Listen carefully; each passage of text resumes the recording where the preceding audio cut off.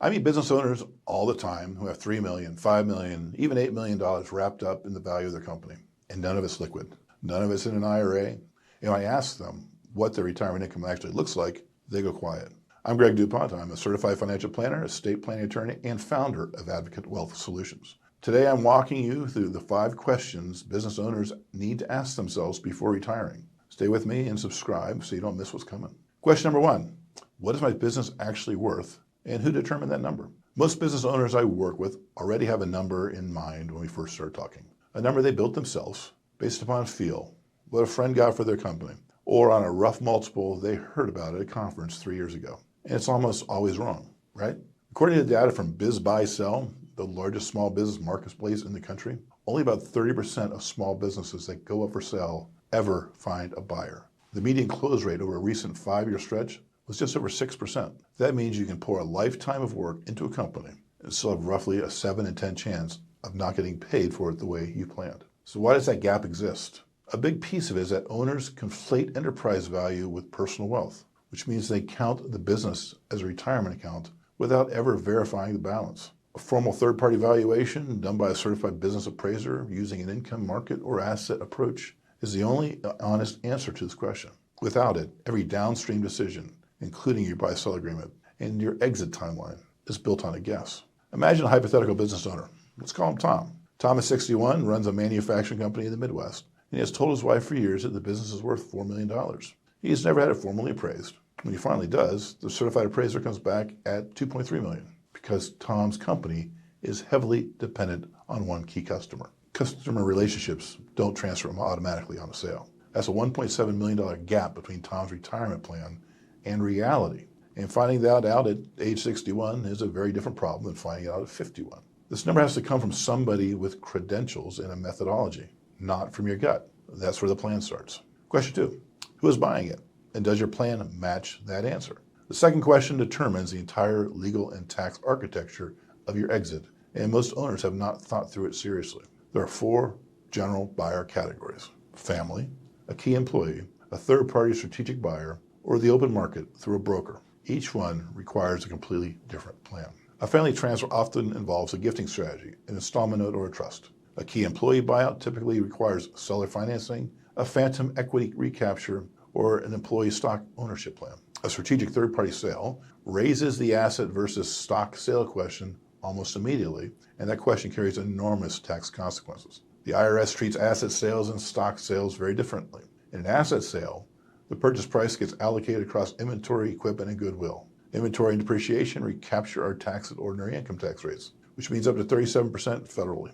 Only the goodwill component gets long-term capital gains treatment at 20%. In a stock sale, you're generally taxed once at the long-term capital gains rate on the entire gain. And here's the cascading effect. You know the buyer's attorney is going to push hard for an asset deal because the buyer gets a step-up basis. Your attorney needs to be prepared to push back. And that negotiation has to happen before you sign a letter of intent, not after. We'll come back to this in question 5, because that's where I see people lose the most money on their way out the door. Question 3, what does my income look like after the sale or transfer? For few business owners plan for this. According to a 2025 Wealth Rabbit survey, 1 in 5 business owners have saved nothing for retirement outside of the business itself. Among owners between 45 and 55, the most common retirement savings balance is $50,000, which is a fraction of what most financial planners would say most people need. These owners aren't irresponsible. They've reinvested everything into the company because that was their passion, their life's work. But it means that the sale proceeds have to carry the full weight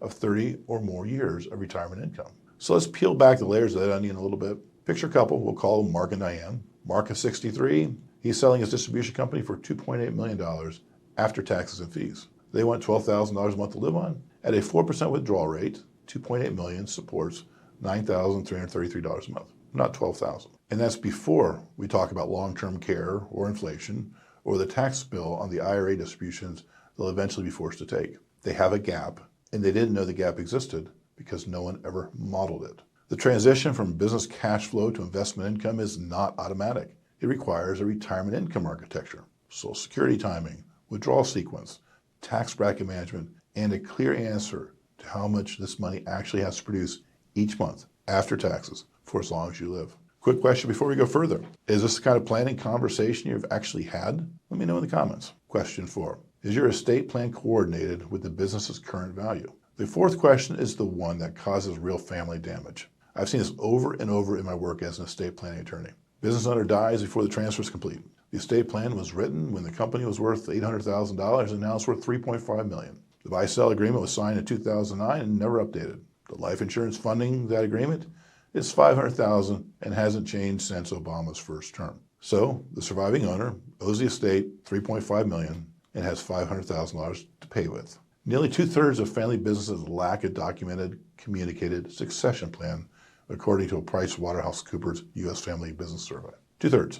And yet more than 2/3 of small business owners say they plan to retire within the next 2 years. That's a retirement cliff with no bridge. The buy-sell agreement and the estate plan must be coordinated, not siloed. Valuation method in the buy-sell has to match, or at least not conflict with, how the estate will report the business value to the IRS. An outdated buy-sell can be challenged by the IRS if it doesn't reflect fair market value at death, and that challenge costs money, time, and perhaps family relationships. So ask yourself, if I die before this transfer is complete, does my family receive the value I built? If you don't know the answer with certainty, then your estate plan needs attention. Question 5, have you modeled the tax consequences of your exit before you signed anything? This is where I see business owners lose the most money. Not in a bad deal, but in a good deal structured poorly. The structure of the sale is a tax decision. Changing it after you signed a letter of intent is often impossible. And changing after closing is simply not an option.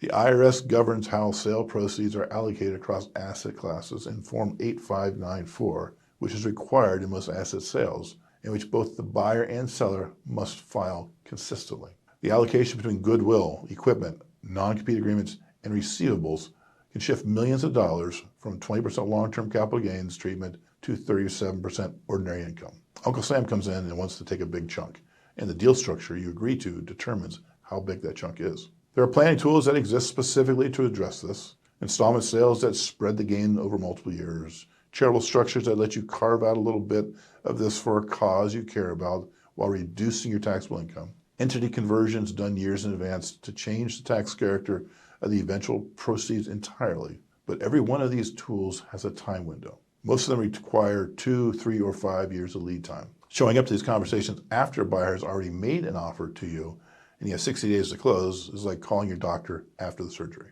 If you've not sat down with a team that includes your CPA, your estate planning attorney, and your financial planner, all in the same room, all working the same exit scenario, you have not yet done this work. So those are the 5 questions. Know your real valuation. Know your buyer and what that means for your deal structure. Build the retirement income plan before the sale closes. Coordinate your estate plan and your buy-sell with the business's current value, and model the tax consequences before a single signature goes on a letter of intent. If you're a business owner who is 5 to 15 years from the exit and you haven't had this cross-disciplinary conversation that connects the business plan to the estate plan and to the tax plan, well, that conversation is exactly what we do here at Advocate Wealth Solutions. Call us at 614-408-0004. Take care.